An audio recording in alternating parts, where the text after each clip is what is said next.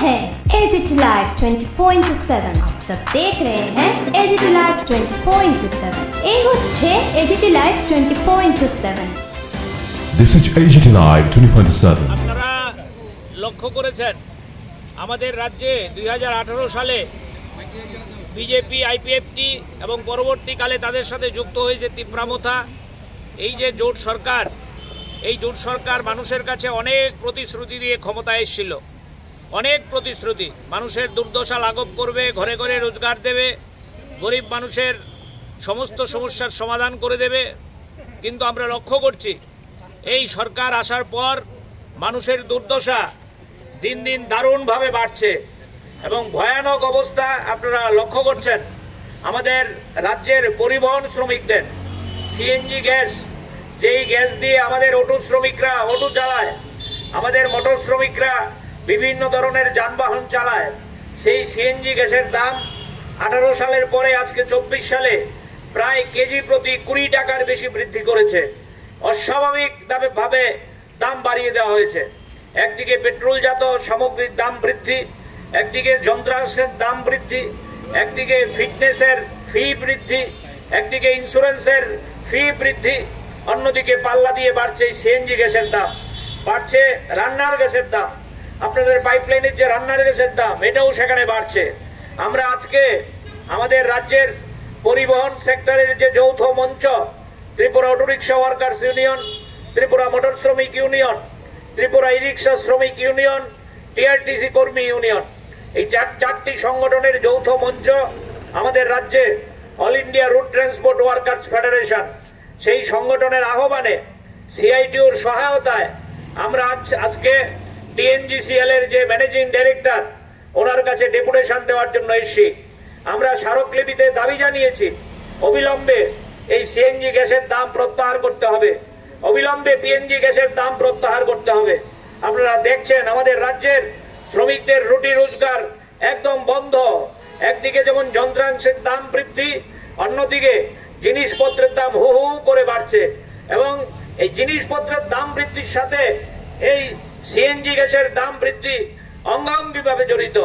যখনই পেট্রোলের দাম বৃদ্ধি পায়, ডিজেলের দাম বৃদ্ধি পায়, রান্নার গ্যাসের দাম বৃদ্ধি পায়, কিংবা এই সিএনজি গ্যাসের দাম বৃদ্ধি পায়, তখন দ্রব্যমূল্য স্বাভাবিকভাবেই নিয়ম করে বাড়তে থাকে।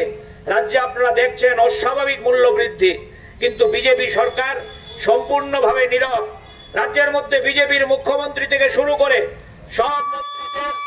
সব মন্ত্রীদের ফ্ল্যাক্স, তারা জয়ধ্বনি দিচ্ছে তারা ট্রিপল ইঞ্জিনের সরকার। দিল্লি থেকে নাকি কলস কলস টাকা আসছে, কিন্তু আমরা এই টাকা রাজ্যের মধ্যে দেখতে পাচ্ছি না। শুধু মন্ত্রীদের ছবি দেখতে পাচ্ছি আর বুলি দেখতে পাচ্ছি। ওই টুইট করছে আর সোশ্যাল মিডিয়ায় বড় বড় কথা বলছে। আমরা দাবি করছি বিজেপি সরকার নামক কোনো বস্তু যদি রাজ্যে থেকে থাকে, মানুষের এই যে দুর্দশা, এই দুর্দশার দিকে তারা নজর দিয়ে অবিলম্বে টিএনজিসি কর্তৃপক্ষের সাথে আলোচনা করে এই গ্যাসের দাম কমানোর জন্য তারা উদ্যোগ গ্রহণ করবে। তারা যদি মিনিমাম জনদরদি হয়ে থাকে, তাহলে টিএনজিসি কর্তৃপক্ষের সাথে কথা বলে এই দাম বৃদ্ধি যে হয়েছে সেটা প্রত্যাহার করার জন্য উদ্যোগ গ্রহণ করবে। এই কারণেই আমরা শ্রমিকরা আজকে সম্পূর্ণভাবে প্রশাসনিক নিয়ম বিধি মেনে এখানে বিক্ষোভে সামিল হয়েছি। এই বিক্ষোভ থেকে আমাদের 5 জনের প্রতিনিধি দল ম্যানেজিং ডাইরেক্টর কিংবা ওনার প্রতিনিধির সাথে সাক্ষাৎ করার জন্য যাবে। আমরা আপনাদের কাছে, আপনাদের মধ্য দিয়ে রাজ্যের টিএনজিসি কর্তৃপক্ষ এবং রাজ্যের বিজেপি সরকারের কাছে আবেদন করতে চাই, আপনারা যদি শ্রমিকের কল্যাণ চান, আপনারা যদি আমাদের রাজ্যের পরিবহন শ্রমিককে বাঁচতে দিতে চান, তাহলে অবিলম্বে আমাদের দাবি মেনে নিন। নতুবা এই শ্রমিকরা, আপনারা জানেন, পরিবহন শ্রমিকরা যদি গাড়ি স্টিয়ারিং ছেড়ে দিয়ে রাস্তায় নামে, ভারতবর্ষ না গোটা পৃথিবীতে অনেক বড় আন্দোলন তৈরি হয়। আমাদের রাজ্যেও পরিবহন শ্রমিকদের এই ইতিহাস আছে। তারা যদি স্টিয়ারিং ছেড়ে রাস্তায় নামে, তাহলে কিন্তু সরকারের গতি অচল হয়ে যাবে।